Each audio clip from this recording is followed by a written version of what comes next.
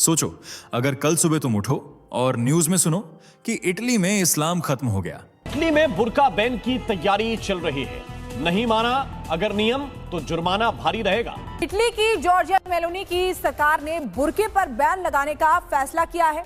In Italy, the government is eyeing a new law that could ban the burqa and niqab in all public places. Italy's ruling Brothers of Italy party has introduced a bill to ban the burqa and niqab face and body covering in all public spaces. ना कोई हिजाब, ना बुर्का, ना अजान की आवाज, सिर्फ church की घंटियां और वेस्टर्न कल्चर की जीत के नारे। पागलपन लगता है ना? लेकिन ये सपना नहीं, हकीकत बन चुकी है। आज की इस वीडियो में हम सिर्फ एक कानून की बात नहीं करेंगे, बल्कि उस मानसिक भूकंप की जिसने यूरोप की नींव हिला दी है। क्योंकि जो फैसला इटली ने लिया है उसने पूरी दुनिया को दो हिस्सों में बांट दिया है, आस्था बनाम सुरक्षा, धर्म बनाम संस्कृति।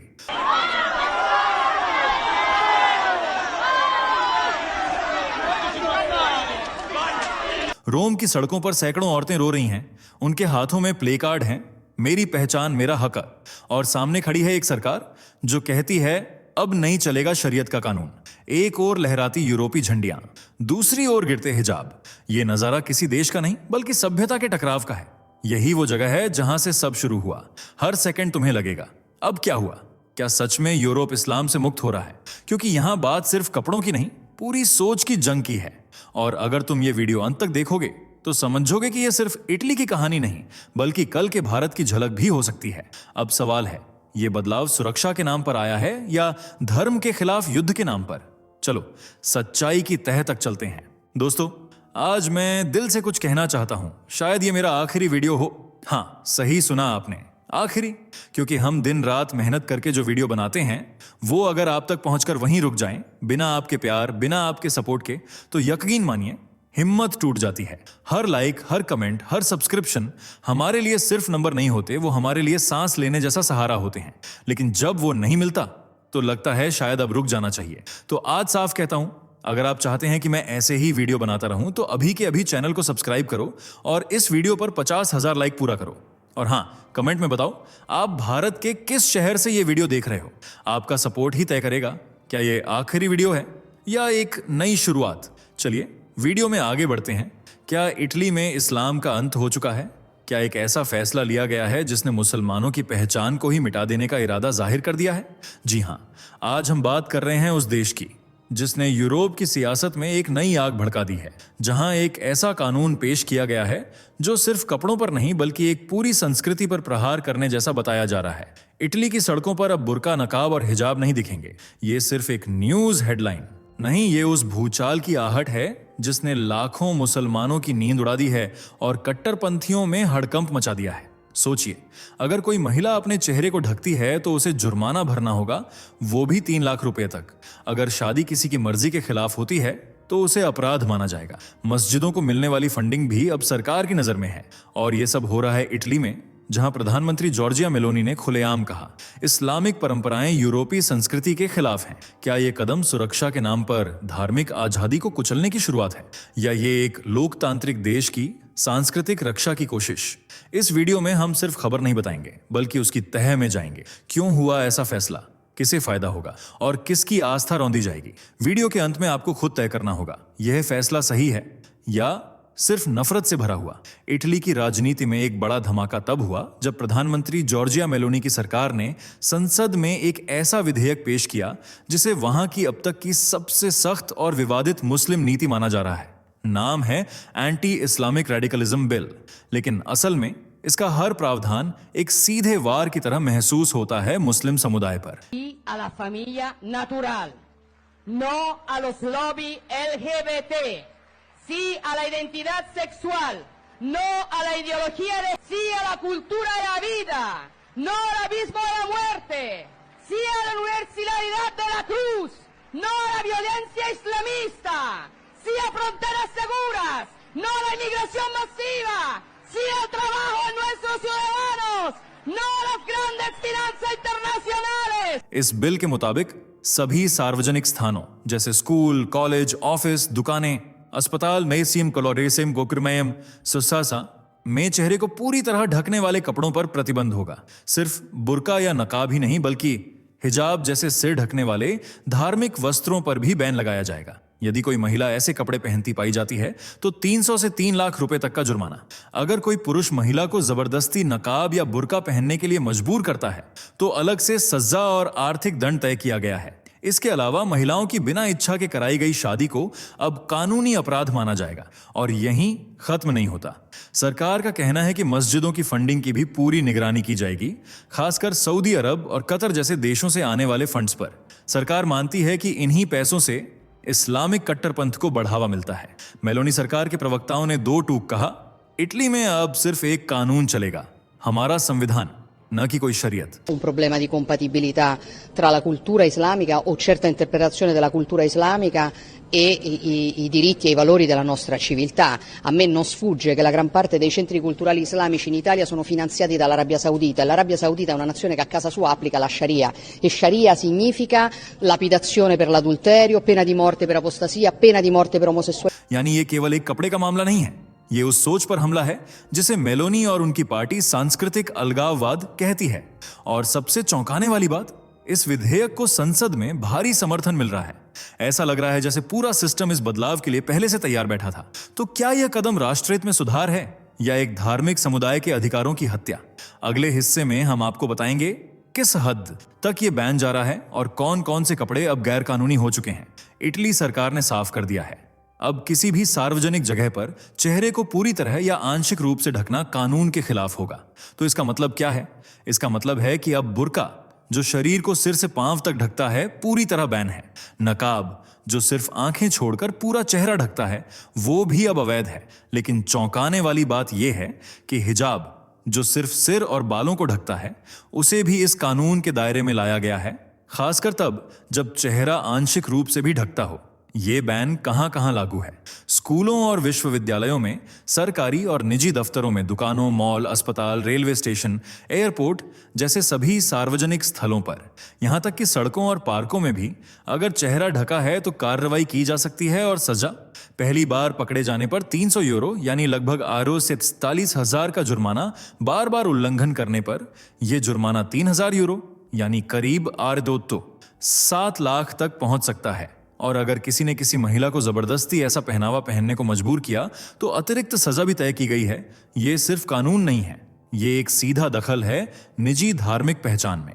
अब सवाल उठता है, क्या सरकार को यह हक है कि वो तय करे कौन क्या पहने, या फिर यह फैसला धार्मिक स्वतंत्रता को कुचलने वाला है? आगे हम जानेंगे कि खुद जॉर्जिया मेलोनी ने इस फैसले को कैसे संस्कृति की रक्षा के रूप में पेश किया है। जॉर्जिया मेलोनी कोई साधारण नेता नहीं है, वो खुद को ईसाई यूरोपीय मूल्यों की रक्षक कहती हैं और उनके मुताबिक यूरोप को आज सबसे बड़ा खतरा कहीं और से नहीं बल्कि इस्लामी कट्टरपंथ से है। उनका एक पुराना बयान वायरल हुआ था जिसमें उन्होंने साफ कहा था, इस्लामिक परंपराएं यूरोपीय संस्कृति से मेल नहीं खाती, हमारी सभ्यता अलग है, उनके मूल्य अलग हैं। हम इटली में शरिया कानून लागू नहीं होने देंगे। Difenderemo la nostra identità, difenderemo Dio, patria e famiglia e fatevene una ragione. ये सिर्फ एक राजनीतिक स्टेटमेंट नहीं था, ये उनकी पूरी विचारधारा की नींव है। मेलोनी की पार्टी ब्रदर्स ऑफ इटली हमेशा से यह मानती आई है कि अगर देश को सांस्कृतिक रूप से एकजुट रखना है तो बाहर से आई धार्मिक परंपराओं को सीमित करना ही पड़ेगा। उनके अनुसार नकाब, बुर्का, मस्जिदों की विदेशी फंडिंग, ये सभी केवल धार्मिक प्रतीक नहीं बल्कि सांस्कृतिक अलगाववाद के संकेत हैं। उनकी नजर में ये प्रतीक सिर्फ धार्मिक नहीं बल्कि राजनीतिक हथियार हैं जो धीरे धीरे इटली की मूल पहचान को कमजोर कर रहे हैं। इसलिए जब उन्होंने ये विधेयक पेश किया तो उन्होंने इसे धार्मिक दमन नहीं बल्कि संस्कृति की रक्षा के रूप में पेश किया। उनके शब्दों में, हम हर किसी को धार्मिक स्वतंत्रता देते हैं, लेकिन वो स्वतंत्रता तब तक ही वैध है जब तक वो हमारे संविधान और समाज को चुनौती न दे। यानी यह फैसला धर्म बनाम संविधान या कहें पश्चिम बनाम इस्लाम की बहस में सीधे खड़ा होता है। और यहीं से शुरू होती है सबसे बड़ी बहस। क्या यह फैसला कट्टरपंथ के खिलाफ है या यह पूरे मुस्लिम समुदाय के खिलाफ एक वैचारिक युद्ध है? अगले हिस्से में हम यही समझेंगे कि सरकार इसे कट्टरपंथ के खिलाफ लड़ाई क्यों बता रही है, लेकिन मुसलमानों को क्यों लग रहा है कि निशाना सिर्फ वो है। सरकार की तरफ से यह विधेयक सिर्फ एक बयान नहीं बल्कि एक राष्ट्रीय सुरक्षा और सांस्कृतिक अखंडता का ऐलान है। सरकारी प्रवक्ताओं का कहना है कि यह फैसला इस्लाम धर्म के खिलाफ नहीं बल्कि उस कट्टरपंथी सोच के खिलाफ है जो यूरोप में समानांतर समाज बनाने की कोशिश करती है। उनके अनुसार नकाब और बुर्का न केवल पहचान छिपाते हैं बल्कि सुरक्षा एजेंसियों के लिए खतरा भी है। कई मामलों में इन्हें इस्तेमाल किया गया है अपराध छिपाने या चरमपंथ फैलाने के लिए। मस्जिदों की विदेशी फंडिंग से राजनीतिक इस्लाम को बढ़ावा मिलता है जो लोकतांत्रिक मूल्यों से टकराव करता है। लेकिन मुस्लिम समुदाय इसे केवल कट्टरपंथ पर वार नहीं मानता। उनके मुताबिक जब हिजाब जैसे साफ धार्मिक प्रतीक को भी प्रतिबंधित किया जाता है तो यह धर्म की आजादी पर हमला है। हर महिला जो नकाब पहनती है वो चरमपंथी नहीं होती, ये उसकी आस्था और पहचान है। क्या सिर्फ कुछ मामलों के चलते पूरे समुदाय को शक की निगाह से देखना न्याय संगत है? यहां पर सवाल उठता है, क्या सरकार कट्टरपंथ की आड़ में पूरे धर्म को निशाना बना रही है, या क्या यह एक कड़ा लेकिन जरूरी कदम है ताकि आने वाली पीढ़ी एक सुरक्षित मुक्त समाज में सांस ले सके? इस टकराव में सच क्या है, आप तय कीजिए, क्योंकि अगले हिस्से में हम देखेंगे कि इस फैसले ने सड़कों पर कैसे गुस्सा और विरोध की लहर खड़ी कर दी है। इटली में नया कानून अभी संसद से पारित भी नहीं हुआ था कि देश के कई हिस्सों में गुस्से की लहर फैल गई। मुस्लिम समुदाय ने इसे सिर्फ धार्मिक भेदभाव नहीं बल्कि राज्य द्वारा प्रायोजित उत्पीड़न करार दिया। रोम, मिलान और नेपल्स जैसे बड़े शहरों में सैकड़ों महिलाएं और युवाओं ने प्रदर्शन किया। बैनर हाथ में थे, हिजाब मेरी पहचान है, मेरे कपड़े मेरी पसंद, और नारे लग रहे थे, हम पर अपनी पहचान थोपना बंद करो। एक प्रदर्शनकारी महिला ने मीडिया से कहा, हमें हमारे कपड़ों से नहीं हमारे कर्मों से पहचानो। क्या हर बुर्का पहनने वाली महिला आतंकी है? सोशल मीडिया पर भी आक्रोश फूट पड़ा। कजाचार हिजाब is my right, stop religious bias जैसे हैशटैग ट्विटर, अब एक्स और इंस्टाग्राम पर ट्रेंड करने लगे। कई मानवाधिकार संगठनों ने भी इस विधेयक की निंदा की। एमनेस्टी इंटरनेशनल ने एक बयान में कहा, यह कानून धार्मिक स्वतंत्रता का खुला उल्लंघन है और इससे समाज में और ज्यादा ध्रुवीकरण होगा। कुछ ईसाई नेताओं ने भी इस पर चिंता जताई कि आज अगर एक धर्म के प्रतीक पर रोक लगेगी तो कल किसी और धर्म की बारी भी आ सकती है। ऐसे माहौल में डर यह है कि अगर विरोध की आवाजें और तेज हुईं तो देश में सांप्रदायिक तनाव गहरा सकता है। पर क्या यह विरोध कुछ बदल पाएगा, या फिर यह कानून चाहे जितना विरोध हो अब टलने वाला नहीं? आगे जानेंगे, क्या इटली अकेला देश है या ये एक पूरे यूरोप की बदलती तस्वीर है? टली का बुर्का और हिजाब बैन सिर्फ एक देश का फैसला नहीं है, ये उस यूरोपीय लहर का हिस्सा है जो पिछले कुछ सालों में धीरे धीरे तेज होती जा रही है। इसकी शुरुआत हुई फ्रांस से। 2011 में फ्रांस बना पहला यूरोपीय देश जिसने सार्वजनिक स्थानों पर बुर्का और नकाब पर पूर्ण प्रतिबंध लगाया। उसके बाद एक एक कर कई देश इसी राह पर चल पड़े।